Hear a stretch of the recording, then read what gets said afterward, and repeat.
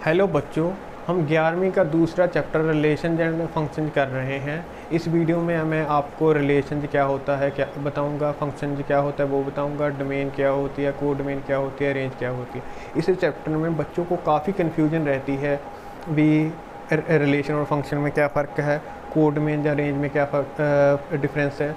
तो आप इस वीडियो को ध्यान से देखना, मैं एक एक चीज़ आपको क्रिस्टल क्लियर कर देता दूंगा। चलो शुरू करते हैं वीडियो।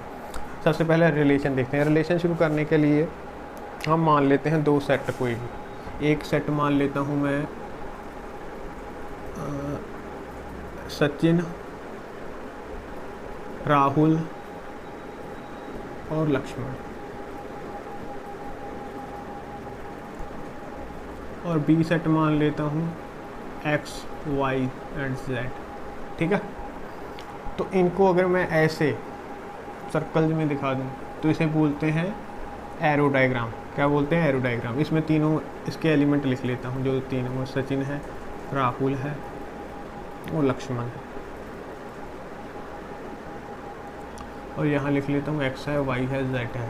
इसको लिख देते हैं ए, इसको लेते हैं बी। ध्यान से देखते रहना। दो सेट हैं, अभी तक कुछ नहीं किया मैंने, दो सेट मान लिए कोई। इससे ही आपको सारा रिलेशन समझ आएगा। इस एक एग्जांपल से ही एक मैंने सेट मान लिया, उसमें सचिन है, राहुल है, लक्ष्मण है। बी है, उसमें एक्स है, वाई है, जेड है। ठीक है, अगर कोई हम इनमें रिलेशन बता दें, भाई एक्स का मतलब है वाई, लक्ष्मण का मतलब है एक्स और राहुल का मतलब है जेड।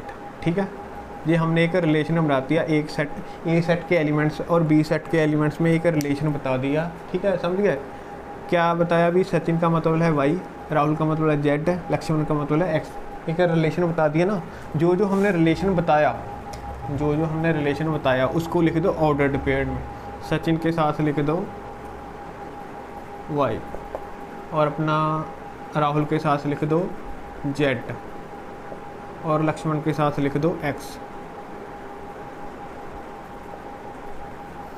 ऑर्डर्ड पेयर में लिख दिया और इसका बना दो सेट। तो इसको बोलते हैं, जो ये चीज़ बनी है ना, इसको बोलेंगे relation from A set A to B. A और बी नॉन एम्प्टी होने जरूरी है। Relation from set A to B. ठीक है, एक सेट के एलिमेंट्स का दूसरे सेट के एलिमेंट के साथ कोई रिलेशन जो बन रहा है, उन एलिमेंट्स को ऑर्डर्ड पेयर में लिख लेना है और उनका सेट बना देना है। उस सेट को बोलेंगे relation from A set A to B. समझ गया? अब इसमें एक मज़ेदार चीज़ ये है, अगर मैं ए क्रॉस बी लिख लूँ कहीं, ए क्रॉस बी, या मैं यहाँ लिख लेता हूँ आपका सचिन के साथ पहले लिख लो आप एक्स, फिर सचिन के साथ लिख लो वाई, फिर सचिन के साथ लिख लो जेड, फिर लिख लो राहुल के साथ एक्स, राहुल के साथ वाई, राहुल के साथ जेड, और फिर लक्ष्मण के साथ एक्स। बहुत बढ़िया चीज़ बताने वाला हूँ, देखते रहना। वाई, ठीक है। इसका क्रॉस प्रोडक्ट मैंने आपको बता रखा है। कार्टेशियन प्रोडक्ट कैसे लेते हैं दो सेट का? पहला एलिमेंट पहले सेट से, दूसरा एलिमेंट दूसरे सेट से। पहले करते हैं एक को लेके सारे, पहले इसको इसके साथ, इसको इसके साथ, इसको इसके साथ, बाद में इसको इसके साथ, इसको इसके साथ, इसको इसके साथ, फिर तीसरे को इसके साथ, इसके साथ, इसके साथ। तो इसमें कितने एलिमेंट होते हैं मैंने वो भी आपको बता रखा है। अगर इसमें ए एन है और बी में एम है, तो ए क्रॉस बी में जो एलिमेंट होंगे वो इन दोनों का क्रॉस प्रोडक्ट ही होगा, मतलब मल्टीप्लाई होगा। इसमें भी 3 थे, इसमें भी 3, टोटल 9 होने चाहिए थे। टोटल 9 है, 1 2 3 4 5 6 7 8 9 बन गए। ठीक है, एक मज़ेदार चीज़ इसमें ये निकली, जब भी हम कोई इसका हमने रिलेशन लिया, मैंने कह दिया सचिन को वाई मान लो, राहुल को जेड मान लो, लक्ष्मण को एक्स मान लो, तो जो ये रिलेशन बना वो इस सेट का सबसेट ही आ रहा है, इस सेट का सबसेट ही आ रहा है। देखो ध्यान से, सचिन और वाई इसमें पड़ा है ना, सचिन और वाई पड़ा है, राहुल के साथ जेड, राहुल के साथ जेड पड़ा है, लक्ष्मण के साथ एक्स, एक्स पड़ा है। जो ये रिलेशन बना है इस क्रॉस प्रोडक्ट का सबसेट ही बना है।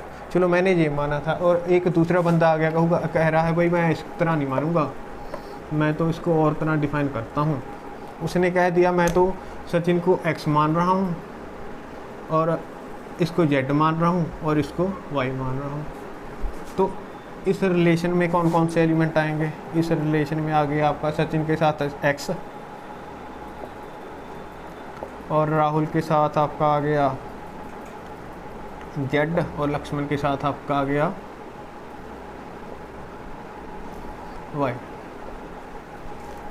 तो किसी ने कह दिया ये, तो ये भी देखो इसका क्रॉस प्रोडक्ट का सबसेट ही आ रहा है। जो सेट ये है ना, इसका सबसेट सचिन के साथ x इसमें आ रहा है, राहुल के साथ z, राहुल के साथ z इसमें आ रहा है, लक्ष्मण के साथ y आ रहा है। ठीक है, कोई भी बंदा आके इन दोनों सेटों में अगर कोई भी रिलेशन डालेगा, रिलेशन शो करेगा, तो हमेशा इसका सबसेट ही आएगा। समझ गए? तो रिलेशन क्या हुआ? एक किस्म का दो सेटों का क्रॉस प्रोडक्ट का सबसेट हुआ। ये चीज़ समझे आप? ज़रूरी नहीं हो सकता है कोई बंदा आए आपको, और बंदा आए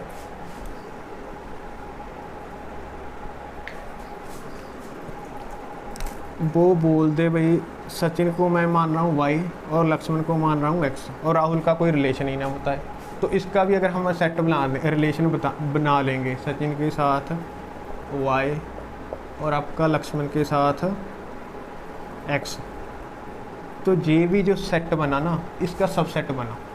ठीक है, समझे कि नहीं? सचिन के साथ y इसमें आ रहा है, लक्ष्मण के साथ x इसमें आ रहा है। ये चीज़ समझे कि नहीं समझे? यही चीज़ इसमें इंपॉर्टेंट थी भी। रिलेशन क्या होता है? दोनों के क्रॉस प्रोडक्ट का सबसेट होता है। ठीक है, रिलेशन क्या होता है? Relation from A non empty set A to non empty set B is a subset of A cross B.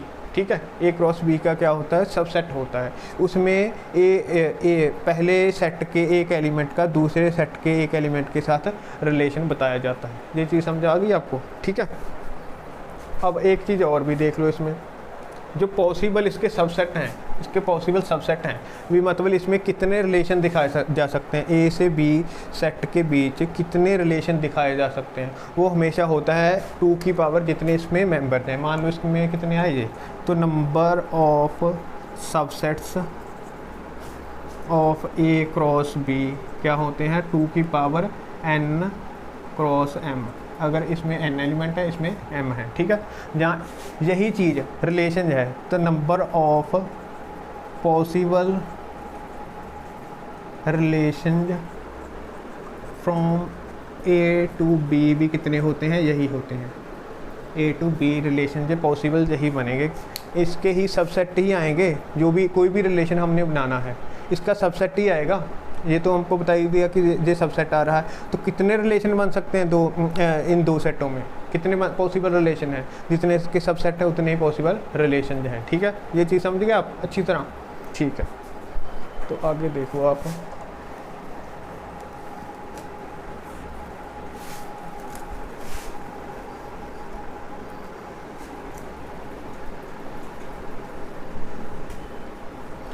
ये थी आपकी एरो फॉर्म में। ऐसे ही दो सेट आपको दिए जो रिलेशन है, जहाँ तो आपको एरो डायग्राम में दिखाया जा सकता है। इसके बिना किस में दिखाया जा सकता है?